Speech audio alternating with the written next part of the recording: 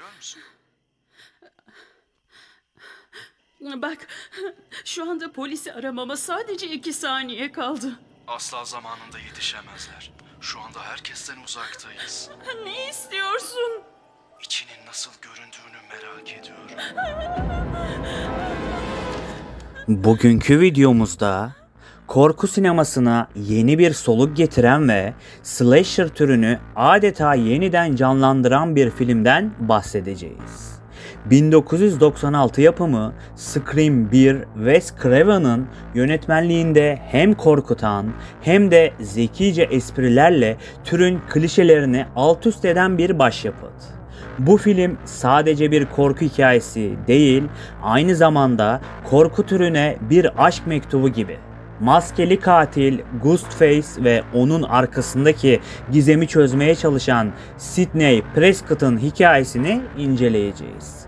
Stres dolu bir günü geride bıraktıysanız, çayınız ya da kahveniz hazırsa, bir başka ikon haline gelmiş bu film hakkında şimdiye kadar anlatılmayanlar videomuz başlıyor.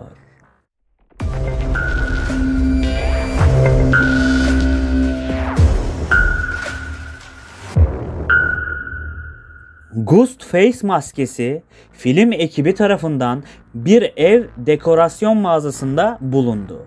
Maskeyi ilk gören Wes Craven bunun mükemmel bir seçim olduğunu düşündü. Ancak yasal izinler nedeniyle maskeyi filmde kullanabilmek için uzun görüşmeler yapıldı. Maskenin sıradan bir ürün olması filme gerçekçi bir korku unsuru ekledi. Ghostface'in telefon görüşmelerindeki ürkütücü sesi Roger Jackson tarafından canlandırıldı. İlginç bir şekilde Jackson hiçbir zaman sette oyuncularla tanışmadı. Wes Craven gerçekçi bir korku yaratmak için seslendirme sanatçısını oyunculardan uzak tuttu ve onun sesini doğrudan telefondan iletti. Drew Barrymore'un ikonik açılış sahnesindeki performansı gerçek korkuyu yansıtması için özel olarak yönlendirildi. Wes Craven, Barrymore'un ağlamasını sağlamak için gerçek bir hayvan zulmü hikayesi anlattı. Bu taktik tartışmalı olsa da sahneye inanılmaz bir duygusal derinlik kazandırdı. Drew Barrymore filmde başrol olarak düşünülmüştü. Ancak kendisi açılış sahnesindeki Casey Baker rolünü oynamayı tercih etti. Bunun sebebi izleyicilerin büyük bir yıldızın ilk sahnede öldürülmesinin yaratacağı şoku hissetmesini istemesiydi. Bu yaratıcı karar filmin unutulmaz bir başlangıç yapmasını sağladı. Bu trajik ölümü içeren açılış sahnesi toplamda 5 gün sürdü. Bu sahne filmin temposunu belirleyen en önemli anlardan biri olduğu için her detay üzerinde titizlikle çalışıldı.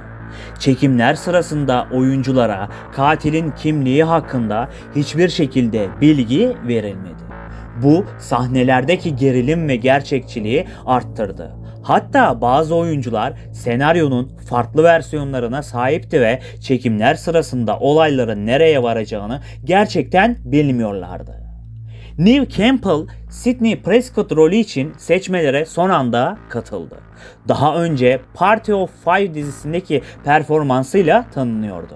Ancak bu film onun kariyerindeki büyük çıkışını yaptı. Film başlangıçta Scary Movie olarak adlandırılacaktı. Ancak Wes Craven filmin tonuna daha uygun bir isim arayışındaydı. Daha sonra yapımcı Bob Washington, Michael Jackson'ın Scream şarkısını dinledikten sonra bu ismi önerdi. Filmdeki kovalamaca sahnelerinde Ghostface'i canlandıran dublör sık sık kaza yaşadı. Bazı sahnelerde maske ve kostüm nedeniyle görüş açısı kısıtlandığı için eşyalar devrildi ve birkaç sahne yeniden çekilmek zorunda kaldı. Filmde kullanılan yapay kan miktarı o kadar fazlaydı ki set çalışanları sahneler arasında zeminleri sürekli temizlemek zorunda kalıyordu. Ayrıca filmin şiddet seviyesi yüzünden Amerikan Film Derecelendirme Kurulu birçok sahneyi kesmek istedi. Ancak Wes Craven filmin korku öğelerini korumayı başardı. Film Kaliforniya'daki Santa Rosa Lisesi'nde çekilecekti.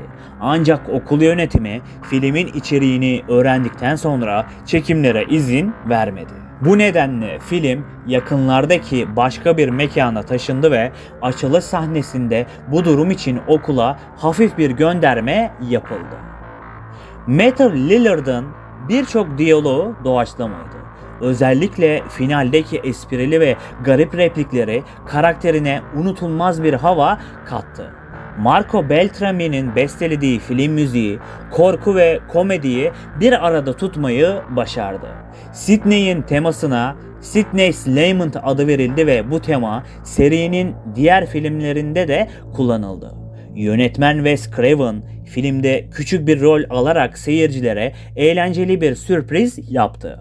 Freddy Krueger'a benzeyen bir temizlikçi kılığıyla kısa bir sahnede görülebildi. Bu Craven'ın korku sinemasındaki geçmişine dair bir göndermedir. Sidney karakterinin ismi Kevin Williams'ın çocukluğundan esinlenildi. Williamson, Sidney adında bir kız arkadaşının başına gelen bir olayı hatırlayarak bu ismi seçti. Yönetmen bu filmi ilk duyduğunda çekim yapmayı reddetmişti. Ancak bir hayranının kendisine "Artık eskisi kadar korkutucu değilsiniz" demesi onun fikrini değiştirdi. Craven bu yorumdan etkilenerek projeyi kabul etti. Wes Craven, korku sinemasının ustalarından Alfred Hitchcock'a olan hayranlığını filmde gösterdi.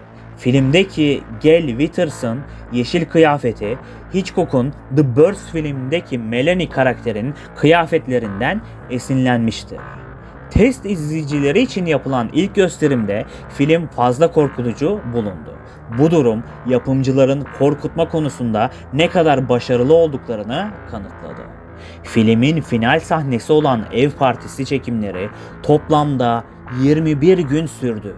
Ekip çoğunlukla gece çalıştığı için bu çekim sürecine korku tarihinin en uzun gecesi adı verildi. Şimdiye kadar Çığlık filminin kamera arkasındaki bilinmeyen detaylarına odaklandık ve nasıl bir başyapıt haline geldiğini inceledik. Ancak bu film yalnızca bir kurgu eseri değil dostlarım. Arka planında yatan çok daha ürpertici ve gerçek bir hikaye var. Gerçeklerin kurguyla iç içe geçtiği bu olaylar filmi çok daha rahatsız edici bir hale getiriyor. Peki gerçekte neler yaşanmıştı? Şimdi perdeyi aralayalım ve filmin ilham kaynağı olan gerçek olaylara bir göz atalım. 1990'ların başında Florida'nın Gainesville şehrinde yaz mevsimi sakin bir üniversite kenti olan bu bölgede beklenmedik bir kabus yaşandı. 5 genç kısa bir süre içinde vahşice öldürüldü. Bu korkunç cinayetler halk arasında büyük bir panik yaratırken medya tarafından Gainesville kasabı olarak anılacak bir seri katilin varlığını ortaya çıkardı. Her şey 1990 yılının Ağustos ayında başlamıştı. Sıcak bir yaz gecesi 17 yaşındaki Kristin Powell ve 18 yaşındaki arkadaşının kiraladıkları küçük apartman dairesinde korkunç bir şekilde öldürüldüğü ortaya çıktı. Katil hem acımasız hem de saplantılı bir kişilik sergilemişti. Olay yerinde bıçakla işlenmiş bir vahşet tablosu vardı. Daha korkunç olan katilin kurbanlarının cesetlerini grotesk bir şekilde pozlamış olmasıydı. Sanki korkunç bir mesaj vermek istiyormuş gibi. Şehir tarihin en karanlık günlerinden birini yaşıyordu. Son cinayetse 23 yaşındaki Manny Taboada'yı hedef aldı. Ancak bu sefer katil yalnız değildi. Taboada'nın dairesinde o sırada onu ziyaret eden bir arkadaş da öldürülmüştü. Bu olay katilin gittikçe daha cesur ve daha korkunç bir hale geldiğini gösteriyordu. Polis uzun bir süre bu cinayetleri çözmekte zorlandı.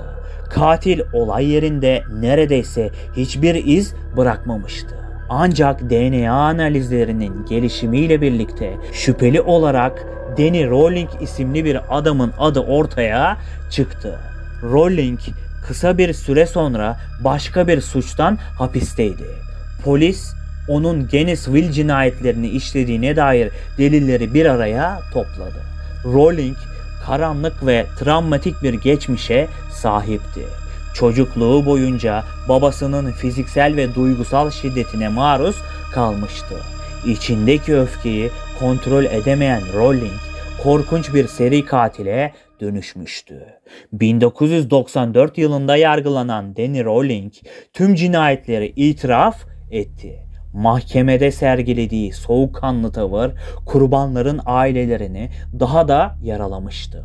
Rolling idam cezasına çarptırıldı ve 2006 yılında zehirli iğne ile idam edildi. Wes Craven ve senarist Kevin Williamson Scream filmini oluştururken Danny Rolling'in işlediği cinayetlerden ilham aldı. Ghostface karakterinin maskesi onun görünmez ve tehditkar doğasını yansıtırken hikayenin temelindeki korku Gainesville kasabının karanlık mirasını da taşımaktaydı. Videoyu beğenmeyi lütfen unutmayın dostlar. Katıl butonundan kanalın gelişimine ufak da olsa bir destek çıkmanızı rica ediyorum. Ben Kapital Burak.